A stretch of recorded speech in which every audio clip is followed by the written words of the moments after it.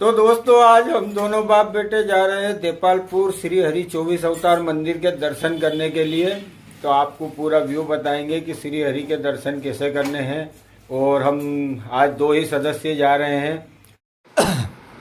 तो दोस्तों हमारी गाड़ी तैयार हो गई है और ये हमारा बालक है वैभव, ये बिल्कुल गाड़ी को चकाचक कर रहा है और हम निकल चुके हैं। और हम निकले हैं दोस्तों टोंक खुर्द से।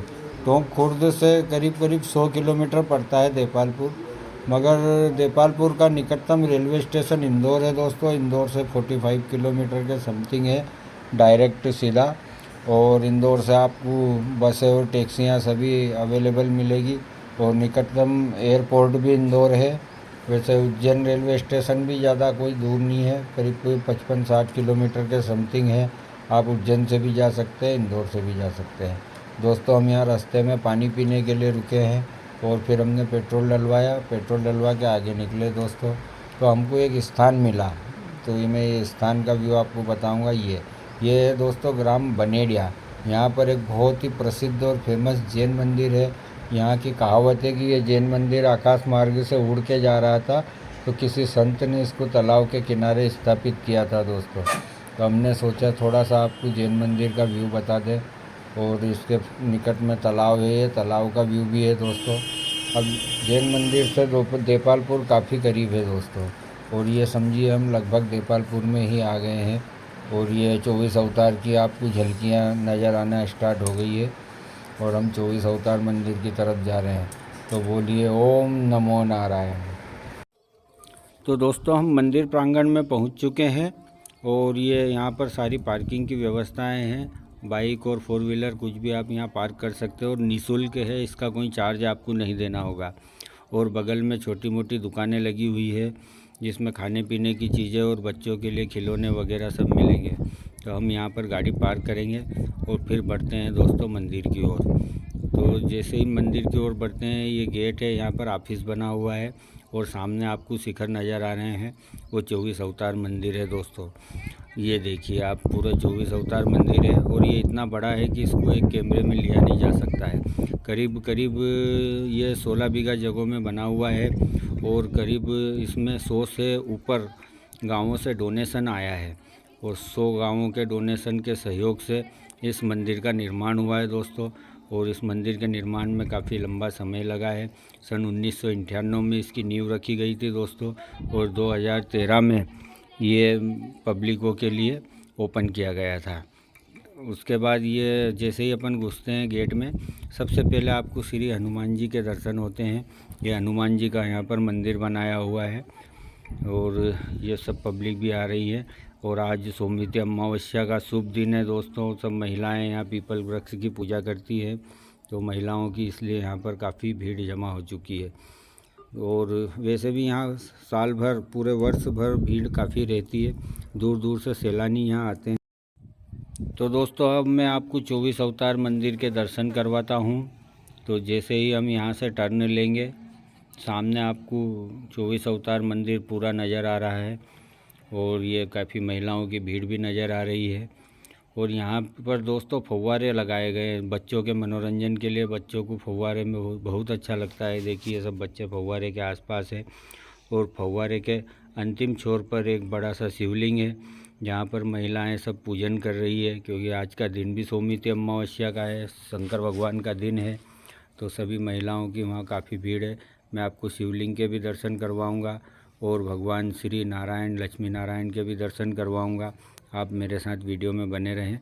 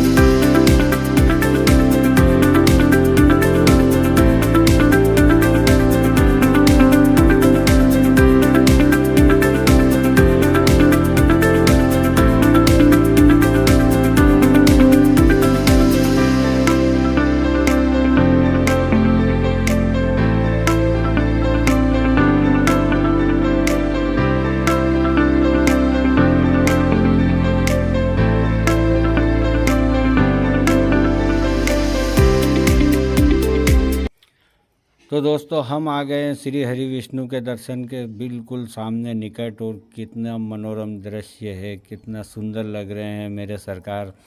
इनके दर्शन करेंगे और इनके दर्शन के बाद हम 24वें अवतार के दर्शन करेंगे। ये महंत श्री जयकरण दास जी थे, और आपके सामने सबसे पहले अवतार प्रकट है धन्वंतरी अवतार। ये धन्वंतरी अवतार समुद्र मंथन में से एक वैद्य के रूप में लिया था, जिनके हाथों में अमृत कलश था। अमृत कलश लेकर धन्वंतरी जी प्रकट हुए थे।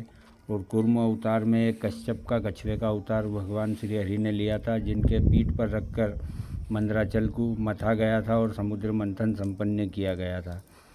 और मत्स्य अवतार, ये प्रकृति को प्रलय से बचाने के लिए श्री हरि ने मछली का अवतार लिया और पूरी प्रकृति को एक नाव के स्वरूप जानकर उसे तिराती हुई प्रलय से बचा लिया था। तो पूरी पृथ्वी को बचाने वाले बहुत बड़ा अवतार था, काफ़ी महत्वपूर्ण अवतार था भगवान का मत्स्य अवतार। तो मत्स्य अवतार के दर्शन कीजिए।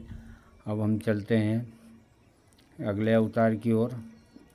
और यह अवतार है महाराजा पृथु का, जिन्होंने गौ की रक्षा के तो स्वरूप अवतार लिया था, और उन्होंने जो पृथ्वी गाय का रूप लेकर अपंग होकर घूम रही थी उसकी सहायता की थी और पृथ्वी को बचाया था।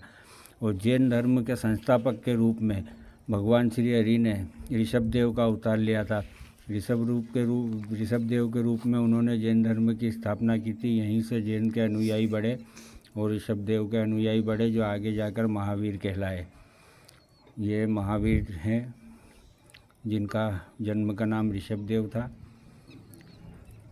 और अगला अवतार है यज्ञ अवतार, जिसमें भगवान ने जोड़े से अवतार लिया था, यज्ञ और आहुति। भगवान यज्ञ थे और लक्ष्मी माता आहुति के रूप में अवतरित हुई थी। तो ये यज्ञ अवतार कहलाता है दोस्तों, और इसने लोगों को यज्ञ के लिए प्रेरित किया था। इस अवतार के बाद लोग यज्ञ की तरफ आस्था रुचि बढ़ गई थी। ये दत्तात्रेय अवतार है दोस्तों। दत्तात्रेय के रूप में महर्षि अत्रि और उनकी पत्नी अनसुया के यहाँ गर्भ में ये प्रकट हुए थे। इसमें त्रिदेव के रूप में तीनों मूर्तियाँ विराजमान हैं।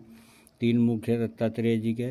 और ये महर्षि कपिल है, जिन्होंने सगर के 60,000 पुत्रों को दृष्टि से जलाकर भस्म कर दिया था, और उनके उद्धार के लिए भागीरथ जी गंगा जी को लाए थे। ये नर नारायण अवतार है दोस्तों, जो बद्री विशाल में नर और नारायण नाम के 2 पर्वत के रूप में आज भी स्थापित हैं, और इन्होंने तप बल का लोगों को संदेश दिया था। नर नारायण के बाद ये अवतार ध्रुव अर्धेन अवतार कहलाता है दोस्तों। इसमें श्री हरि ने ध्रुव को वरदान दिया था, और इसीलिए ध्रुव आज प्रसिद्ध और अजर अमर एक सितारे के रूप में आसमान में आज भी चमकता है। ये गज मोक्ष अवतार है मित्रों। जब गज का पैर मगरमच्छ ने पकड़ लिया था, तब उनने भगवान को पुकारा था, और भगवान उसकी तिल भर सूंड बाहर रहने के बाद उसे दर्शन देने आए थे और उसकी रक्षा की थी। ये सनत कुमार अवतार हैं, जहाँ पर भगवान ने 4 बालकों के रूप में अवतार लिया था, सनत, सनंदन, सनातन और सनत कुमार नाम से। ये चारों बालक सदा 5 वर्ष की आयु के रहे दोस्तों। ये मनु अवतार है। मनु अवतार और इनकी पत्नी शत्रुपा ने ही मानव सृष्टि का उत्पादन किया, वहीं से मानव सृष्टि आगे बढ़ी थी तो मित्रों। और ये नरसिंह अवतार है, इन्हें तो सब जानते हैं आप। भक्त प्रहलाद की रक्षा हेतु भगवान नरसिंह का रूप लिया था।